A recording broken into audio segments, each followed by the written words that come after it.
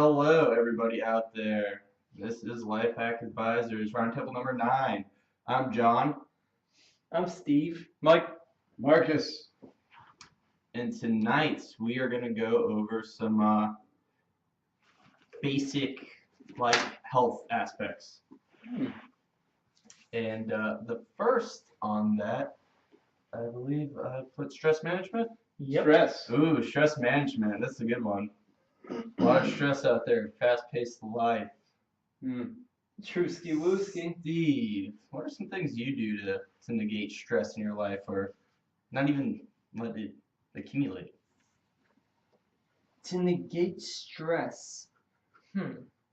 One, we always refer to these two things, working out and meditation. Those two are, you can't not do them to avoid stress. So working out is such a release. Well, I don't think it's avoiding it. You're still going to encounter stress. It helps counteract it. It helps counteract it, and it helps you deal with it better and not attach to it when it does arise. Yeah, I'd agree with that. So, like, especially with meditation, you'll notice certain situations will stress you out, but you don't attach to it. You're able to, like, transcend it. And see it as a thought. Yeah. Without attaching. And then I also have yoga. Yoga works tremendously because it's basically like a combination of working out and meditation. Walking outside, any form of expression. So even just talking to someone or artistic or creative expression like writing, something like that.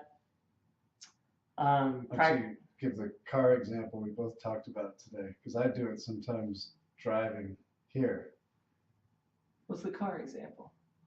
Get primal in the car when you're by yourself. Oh, You know, yeah, just we fucking were yell. talking about that, yeah. Just let it out. Yeah, it's kinda crazy. I just fucking do it randomly and practice.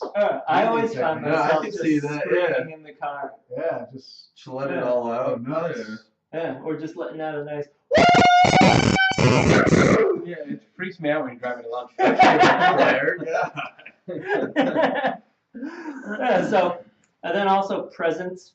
So just being in the present moment, not worrying about the past or future, because that so much stress comes out of that. For a second, I thought you meant like receiving gifts. Oh yeah, I know. Presents help me. Christmas morning.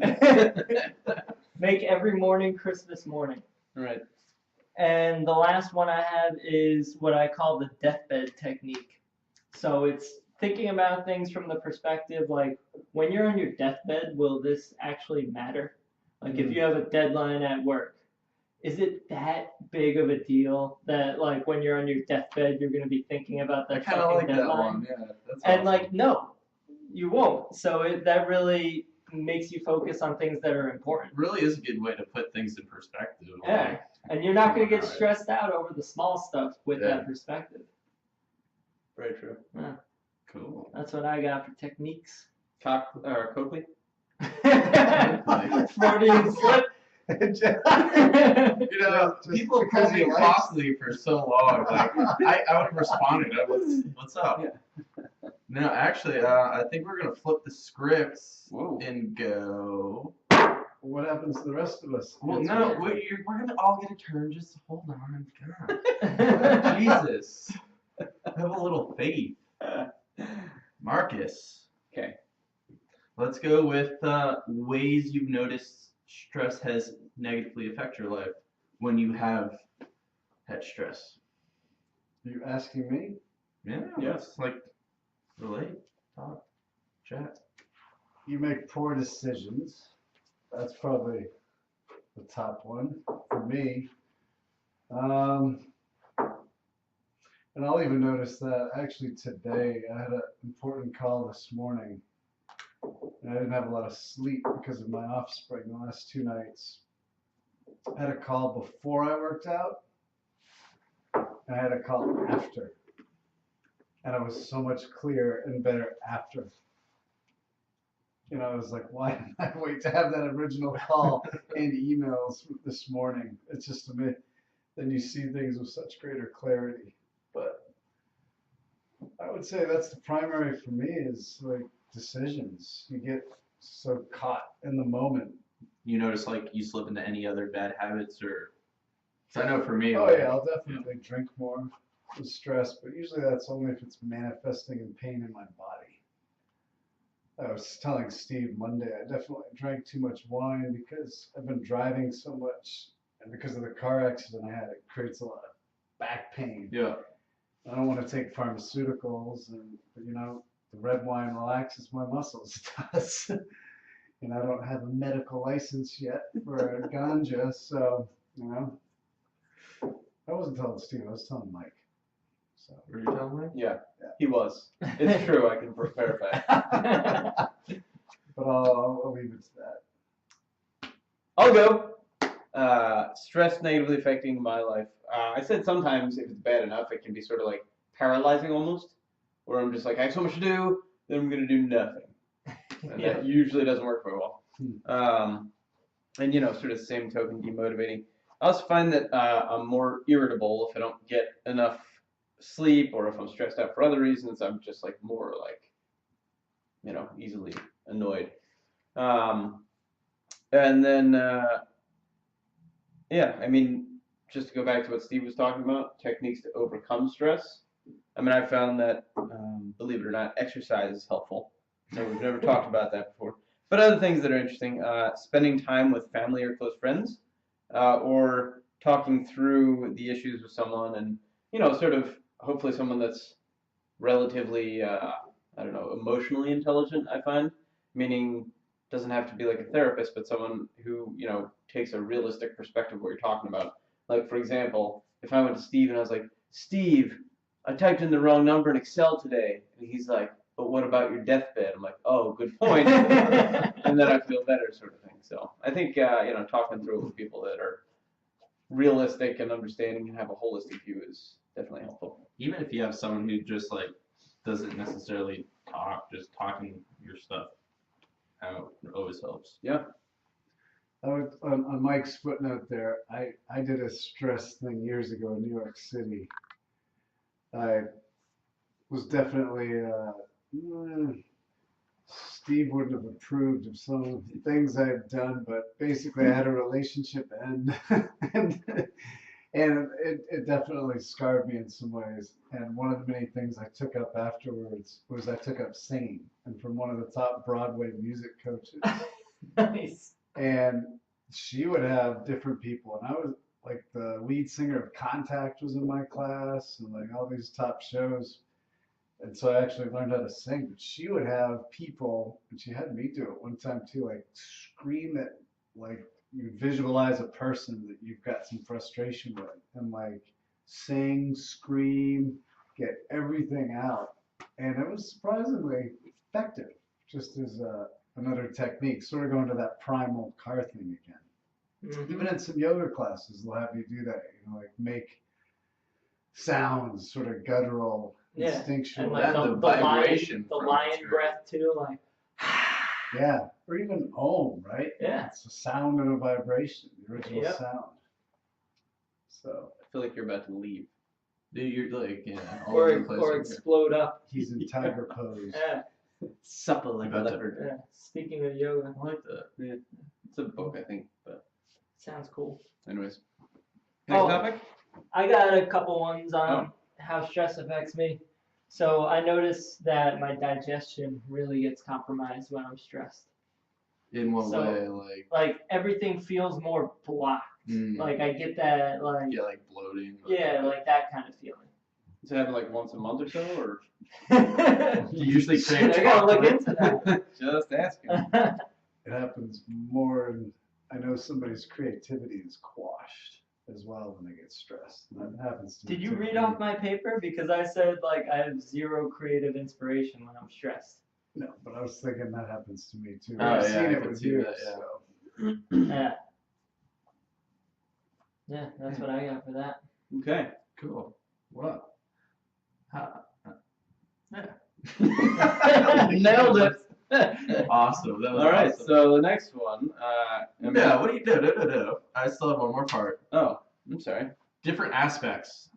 If you neglect, say, like your social aspect, and the stressors you get from that. How do you notice that? How do you overcome that? How do you balance?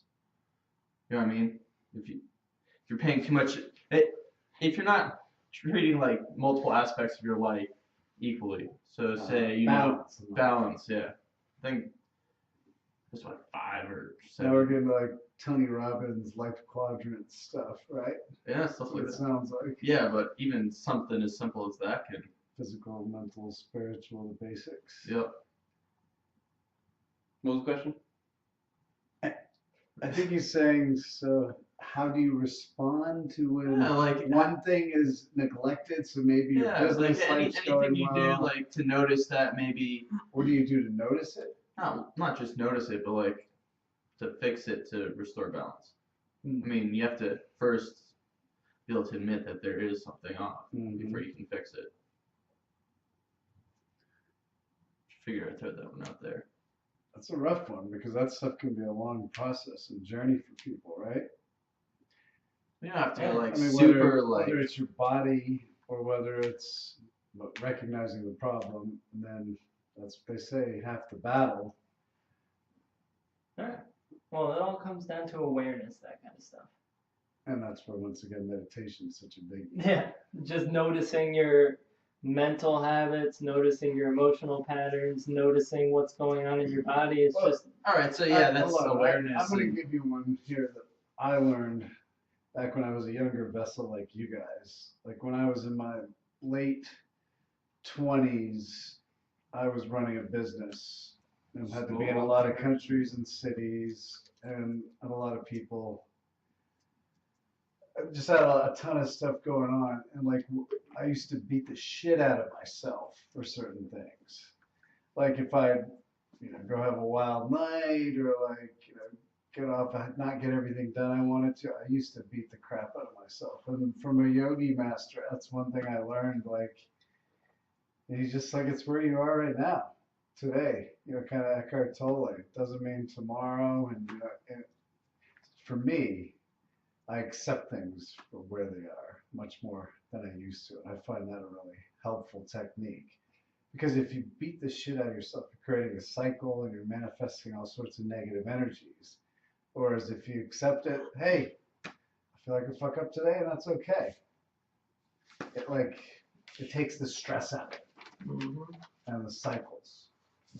Yeah. You got anything to add to that, Stevie P? because that's exactly what's creating the stress for me right now, and that's why I'm not feeling 100% because I've been putting so much pressure on myself to constantly produce every day, like so much content. And if I don't, like I'm like, come on, why the fuck aren't you producing more? Keep going. And it's just putting an immense making amount it of even worse on yeah, yourself. it's putting an immense amount of pressure on myself. So I'm like going full speed ahead and telling myself that I could go even faster without even taking breaks. So So I one have of the to logical learn to things accept to be, yeah. Avoiding burnout. Yeah. What are you gonna do to do that then? Like, that's what this question was all about. Well, Wolf Mama, yeah. What? Nothing. Never know who listens. True. Leave it alone. yeah. But I've been doing I really focus on meditation and getting enough sleep and eating right And as today, the short-term strategies. So I'm always doing that. If I didn't do that kind of stuff, I would have already been completely burned out. But I'm still teetering on that line of burnout. Right, yeah. If you're not doing anything different, you So- can't really expect different results. So I really need to take a few days and just be goalless. Have a goalless few days where there's no pressure on myself to accomplish anything. This weekend's supposed to be nice. Let's go get lost in nature. Yeah, I'm down for that because I need it.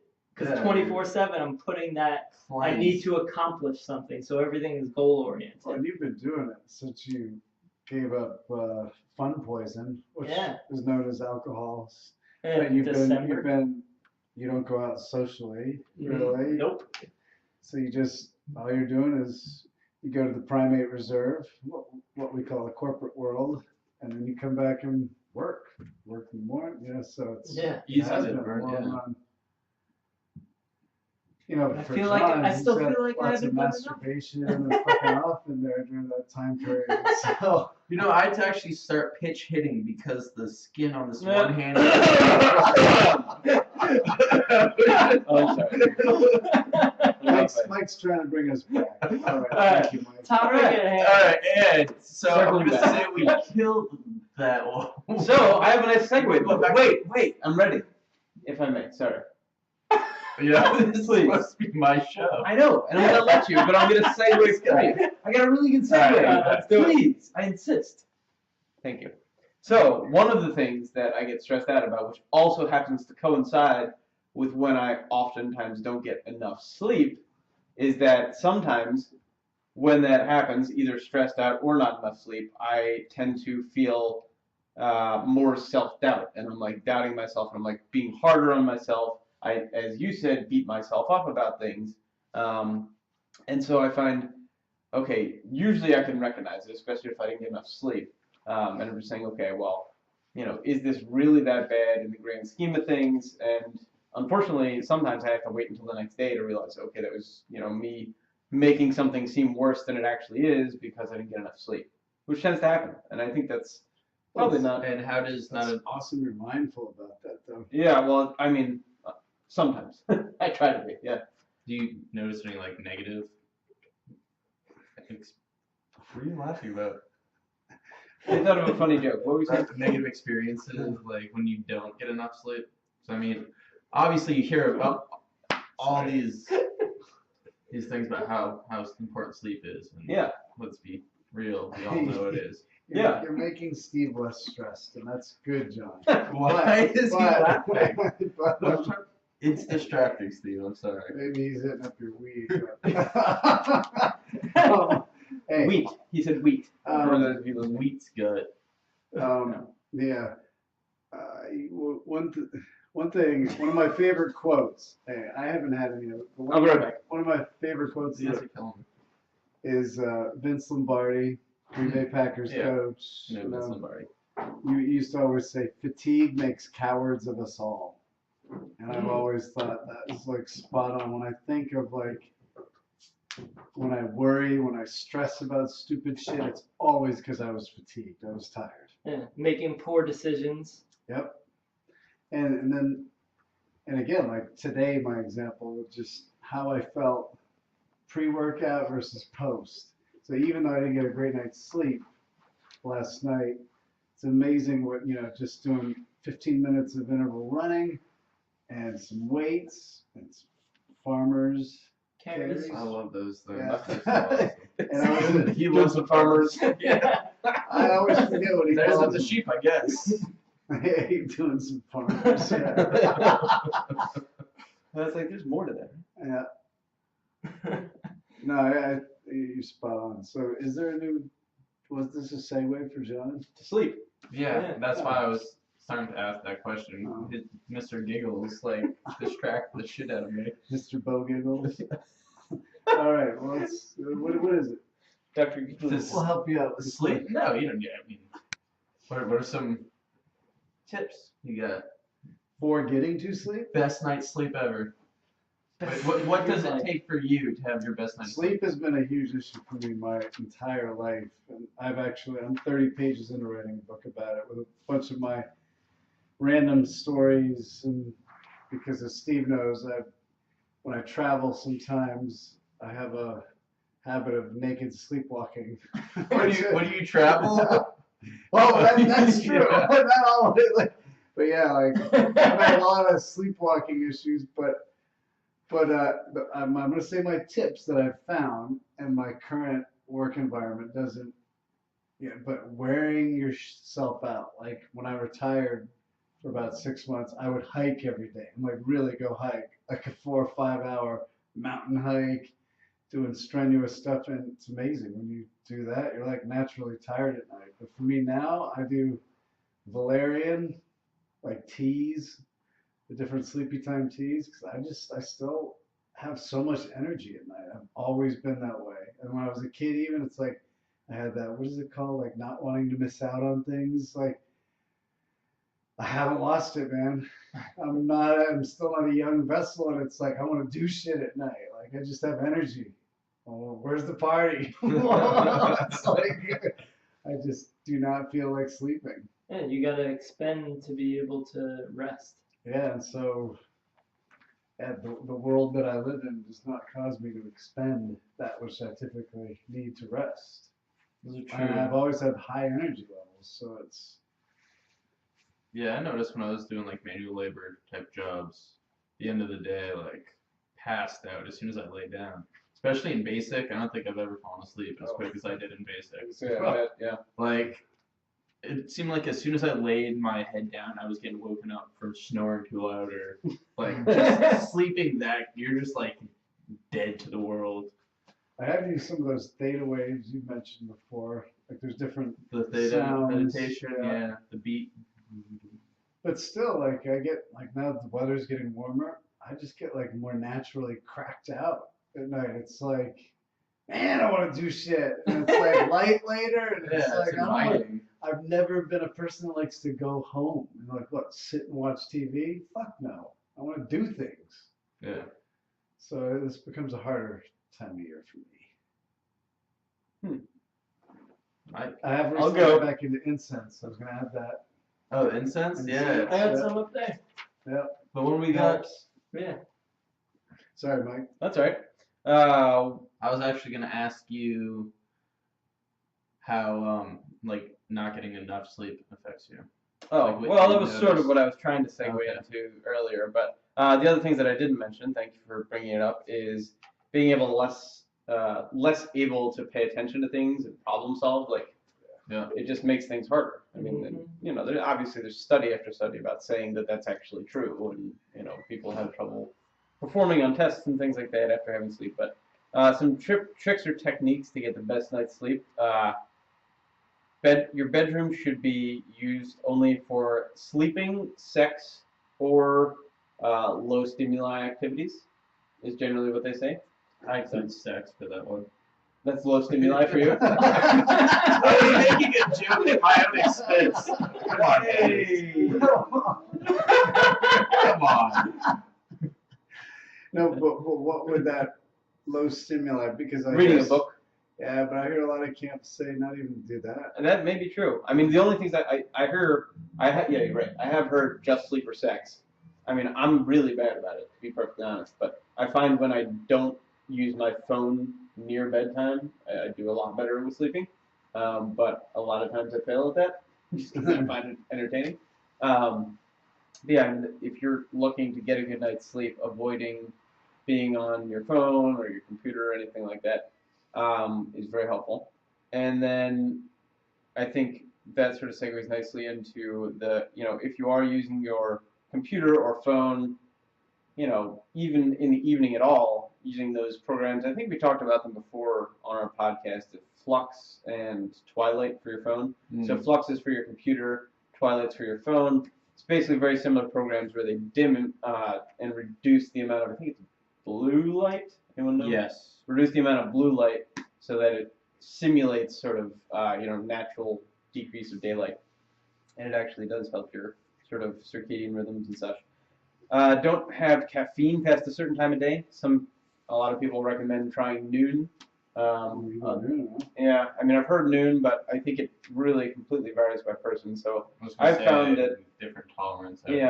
For my current tolerance, for example, I found that if I have caffeine at like 3 o'clock or after, it usually tends to affect my sleep a little bit. So, and then the other thing is just trying, in order to get yourself to fall asleep, meditating or externalizing or writing things down is a very good way of getting things off your brain, because what's the point of thinking about things that stress you out before bed? You're not going to do anything about it. So if you really want to think about it the next day, write it down. Think about it when you can actually do something about it. That's all I got. Steve P. Sperato. In terms of how it affects me when I don't sleep that much, I have less creative output, very similar to stress. I just don't have that same level of inspiration. and I'm more irritable and on edge. It's not that I'm ever really irritable, but I could feel it more. And then tips and tricks to get the best night's sleep is for me to establish a bedtime routine. So it's to like coax your body into winding down when you establish that routine. It's like, come on, you're going to sleep. Oh, It's I thought that like- was sort of what John was talking It's about. like applying. That could be a part of your routine if you want. It's a good one. Everybody got So that? it's like does make a man tired. it's like applying that Pavlov's dog technique to sleep. So what I do is I turn off technology like at least an hour before I plan on going to sleep. Phone off, computer off, all that. And I drink tea, whatever tea I have, non-caffeinated. And what types of non-caffeinated teas do you drink? I mean, I assume it's not just like chamomile only, right? Not usually. Like some chamomile, ginger sometimes if Okay. it's after a meal. Yogi bedtime tea, things like that. Seems appropriate. And then after that, brush my teeth because that's another activity that when you do it, your body recognizes that it's getting time for sleep. What about And the then- morning? Yeah, or wakes you up. Yeah. And then I read fiction until I fall asleep. Because Why not fiction, nonfiction? Oh, never mind. nonfiction is too stimulating. Like if I read nonfiction, I'll be like, oh shit, I gotta write that down. Oh, I gotta write that down. Oh, I got an idea about that. So like fiction really takes you off into another world. That's good. Yeah, and I always get really, really tired after just a few pages. And then I'm just like, oh, sleep time, boom. And that really helps. See, Dr. Saz, what I admire about you with this routine is I'm a person that hates routine in my life in general. Yeah, but it's, Like I love it's, change. it's using the power of routine for your benefit, not falling into routines by default. I get it. But I think that's why one reason why I always struggle with it. It's because there's something Yeah, because you can use routines to your advantage. Nothing's good or bad. that's true. That's You gotta what I was saying. leverage it. I think you're on point. Almost sort of similar vein. When I sometimes struggle with remembering things, and so if it's something like I should always write it down or set an alarm in my phone or whatever. But when I don't do that, if it's like something I need to remember to bring to work, right, the next day, I'll picture myself literally touching the doorknob to go out to work, and I'll be like, okay, when I see that picture tomorrow, remember this. Huh, And it usually does actually work. that's awesome. Yeah. That's pretty cool. That's a cool technique. You gotta name that technique. Davidovian. Yeah, I'm sure there's some name for it already. But yeah, I'll name it.